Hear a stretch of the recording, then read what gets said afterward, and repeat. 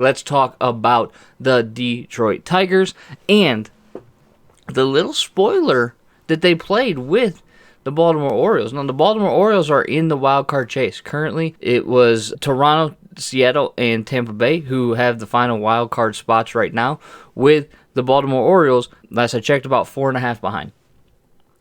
They could have been closer had they beat the Tigers, but they hadn't beat the Tigers until last night in 9 straight games. The Tigers were 9-0 in the last 9 games against the Baltimore Orioles, which is incredible. You almost wish that you could play the Orioles every game if that's the case.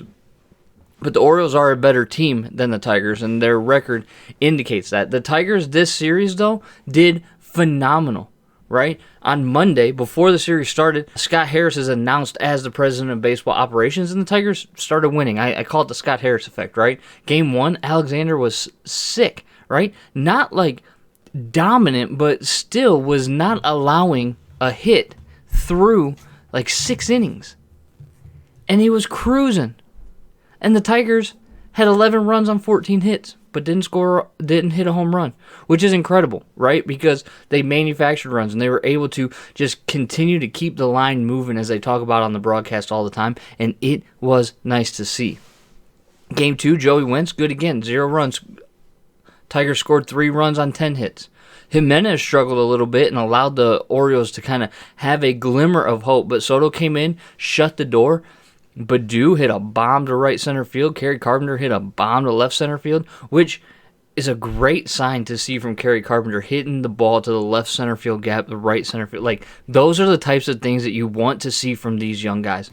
Baltimore then snapped that 0-9 losing streak to the Tigers by pouring on runs. Matt Manning gave up a career-high 5 walks. He did give up 5 runs, with 3 of them earned on only 4 hits. Like, when you are giving up more runs than you give up hits, it's because you're putting too many people on base with free passes.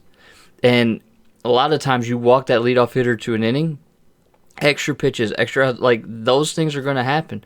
There's a drop double play, things that need to be fixed. And listen, I mean, everybody right now, and we're going to talk about this at the end of the show in the peanut gallery, but every single player and coach is being evaluated very critically by the new president of baseball operations. I don't mean critically in a negative way. I'm saying we're putting on the thinking caps, we're putting on the analyzing glasses, and we are saying, who's going to be on this team next year?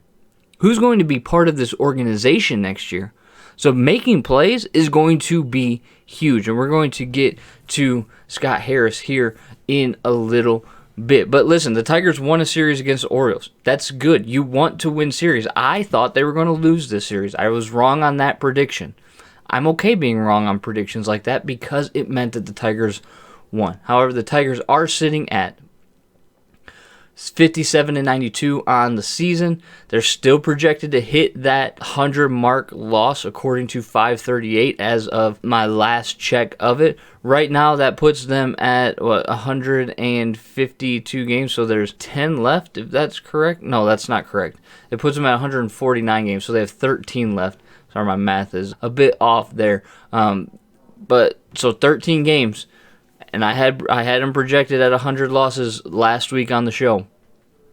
I'd like to be able to see them go, 6-7 over those 13, just get to 99 losses.